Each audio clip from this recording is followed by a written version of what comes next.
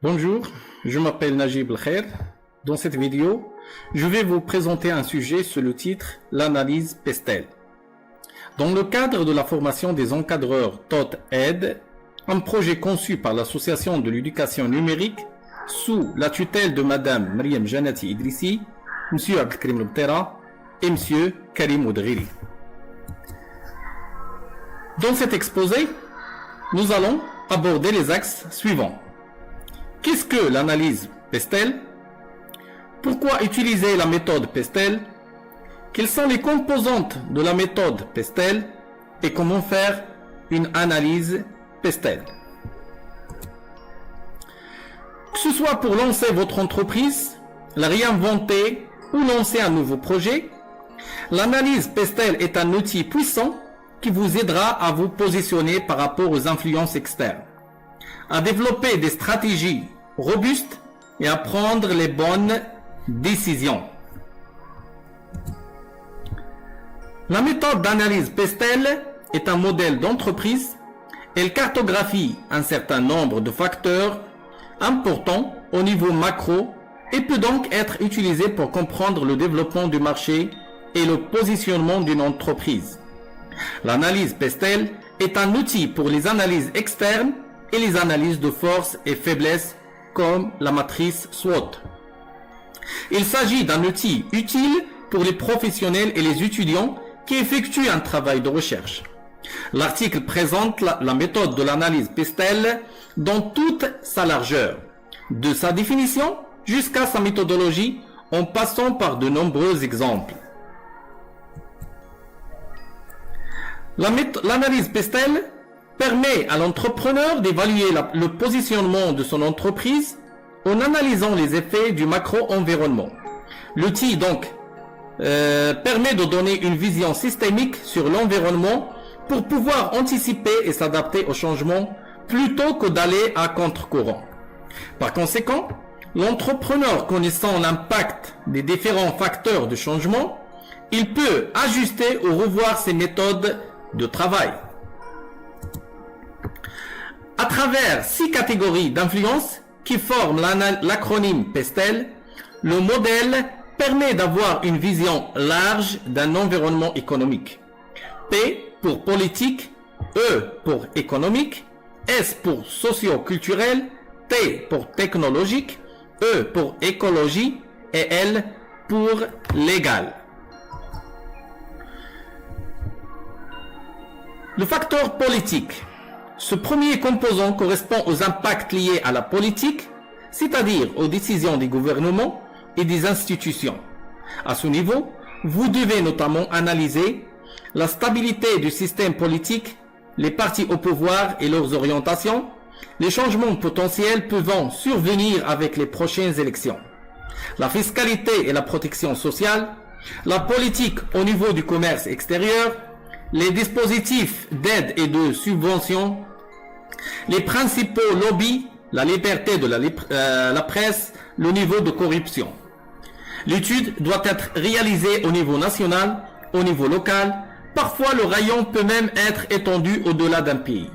Il s'agit d'analyser l'environnement politique et d'identifier tous les obstacles potentiels pour l'entreprise. Le facteur économique. Ce second composant correspond aux impacts des facteurs d'influence économique. Il est nécessaire de s'intéresser au dynamisme économique, au pouvoir d'achat et au comportement des consommateurs. Il faut notamment analyser les éléments suivants: la croissance économique, le PIB, le PNB, le revenu disponible et le pouvoir d'achat, le niveau de chômage, l'inflation et la stabilité économique, les taux d'intérêt, l'accès au financement et aux compétences, c'est-à-dire les ressources humaines. Le facteur social. Le troisième composant correspond aux impacts des facteurs démographiques. Pour cela, il faut analyser les caractéristiques de la population et son comportement à plusieurs niveaux: attitudes, valeurs, normes, etc. Voici quelques éléments à prendre en compte: la distribution des revenus, la démographie, étude des populations, la mobilité sociale, le niveau d'éducation de la population, les attitudes au niveau des loisirs et du travail. Le facteur technologique. Le quatrième composant correspond aux impacts des facteurs liés à la technologie. Pour n'importe quelle entreprise, les évolutions technologiques peuvent constituer des menaces ou des opportunités. Voici quelques éléments importants à prendre en compte à niveau. Le niveau d'innovation et les éventuelles technologies disruptives. L'accès aux nouvelles technologies, l'évolution des canaux de communication et de distribution. Par rapport à la technologie, une entreprise doit agir par anticipation pour en faire des opportunités.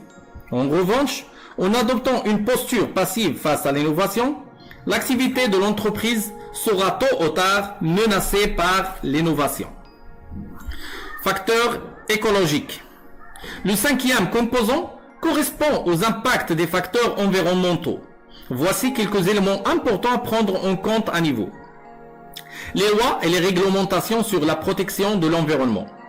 Les retraitements des déchets. Les émissions en matière de pollution. La disponibilité des ressources naturelles. Les normes de recyclage. Au fil des années, ce composant prend de plus en plus d'importance et la tendance risque de s'accentuer dans le futur. Les entreprises ayant une activité industrielle doivent être particulièrement vigilantes à ce niveau, notamment par rapport au traitement des déchets et à la consommation d'énergie. Le facteur légal. Le dernier composant de l'analyse Pestel correspond aux impacts des facteurs légaux, c'est-à-dire de la législation applicable dans le pays de l'entreprise. Il s'agira notamment d'analyser les éléments suivants. Le droit de la concurrence, le droit des affaires, le droit du travail, la protection et la santé des travailleurs, la protection des consommateurs, la protection des données, le droit et la protection de la propriété intellectuelle, droit d'auteur, brevets, marques, etc. Ce dernier composant est très important, car l'entreprise doit respecter le cadre légal qui lui est applicable. Par exemple, pour une entreprise qui développe une activité numérique, la prise en compte du RGPD, c'est-à-dire Règlement général sur la protection des données, est très importante. Pour effectuer une analyse Pestel, il faut tout d'abord identifier pour chacun des 6 composants de la méthode les facteurs qui peuvent avoir un impact sur l'entreprise. L'impact pourra être positif ou négatif. Les facteurs dépendent des caractéristiques de l'entreprise, secteur d'activité, localisation, etc. La recherche des informations pour alimenter l'analyse peut s'effectuer simplement. Pour cela, il est possible de réaliser des recherches sur Internet, de consulter la presse et les études documentaires, d'échanger avec des experts, etc. Il faut d'abord scinder les facteurs par catégorie. Opportunité, c'est-à-dire impact positif, ou menace, c'est-à-dire impact négatif. Ensuite, il est nécessaire d'évaluer l'importance de chaque facteur retenu et de se focaliser sur ceux qui ont le plus d'impact sur l'entreprise. Un système de notation avec une échelle de 1 à 5 peut par exemple être utilisé. L'incertitude pesant sur chaque facteur, la possibilité qu'il varie, doit également être prise en compte. Les facteurs les plus importants sont des variables pivots, susceptibles d'impacter significativement la prise de décision. Ces variables doivent être identifiées. En les croisant, il est possible de faire émerger des scénarios d'évolution au niveau du secteur d'activité. Scénarios sur lesquels le dirigeant pourra s'appuyer pour sa stratégie. Voilà, nous sommes arrivés à la fin de cet exposé. J'espère qu'il vous a été utile. Je tiens à vous remercier pour votre temps et votre attention. Merci et au revoir dans l'espoir de vous rencontrer dans une nouvelle vidéo.